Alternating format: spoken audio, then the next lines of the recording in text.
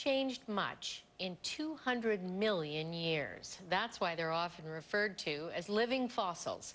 But despite the fact that sturgeon have survived and thrived all that time, a new report says the population in the Fraser River continues to lose its tenuous grip on survival. I think most people look at this river and they see dirty water. They think perhaps it's it's fairly dead, but in reality it's rich and alive. It's the largest salmon run in the world. You know, these prehistoric creatures like sturgeon are here. It's because of those sturgeon that we're on the Fraser River with a man in motion, Rick Hansen, honorary chair of the Fraser River Sturgeon Conservation Society. We're coming up to the area where it was the sturgeon commercial capital of British Columbia, where they harvested about 1 million pounds a year of sturgeon meat. In the late 1800s, the commercial sturgeon fishery was booming on the Fraser. The fish grew to over 20 feet in length, 150 years in age. But in less than 2 decades, they were on the verge of extinction. And at 1910, the fishery collapsed because they had basically harvested all the big 100-plus-year-old fish, kind of clear-cut the stocks, and they've been struggling ever since. That they know the sturgeon are still in trouble is thanks in part to the use of these little pit tags, part of a program the Conservation Society started back in 1999. With the help of volunteer anglers and fishing guides like Tony, the majority of the 43,000 sturgeon in the Fraser have had the tags injected under their skin. That's a nice fish. I think it's our responsibility to give something back. We need to, it's a two-way street. If we're lucky enough to have this great resource, we need to protect it for the future. Every time a sturgeon is caught, the pit tag number is recorded and the animal measured. 157 centimeters. With this information, the Conservation Society puts out a report.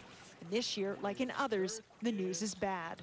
The concerning news is that we have lost some fish, and the fish that have been lost have been below 100 centimeters. In 2009, their numbers declined by 4.5%, a total of 25% in the last decade. One reason, poaching. Not releasing a sturgeon unharmed is illegal on the Fraser, and yet it happens regularly. Another problem, bycatch. Sturgeon becoming entangled and dying in gill nets meant for salmon. One solution, fish wheels. These wheels will catch the fish, but all the fish are alive when they're captured, and you can release them. Ones you don't want to keep, ones you want to protect, and you can take the other ones home. But Carl fears there's another reason why the young sturgeon are declining, one that has to do with the crash of ooligan and salmon runs.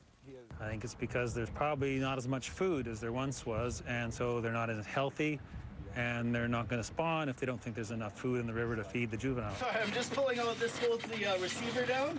The more that is learned, the better the chance that threats can be determined and reduced, important habitats identified and saved, which is why an acoustic tracking program was recently begun.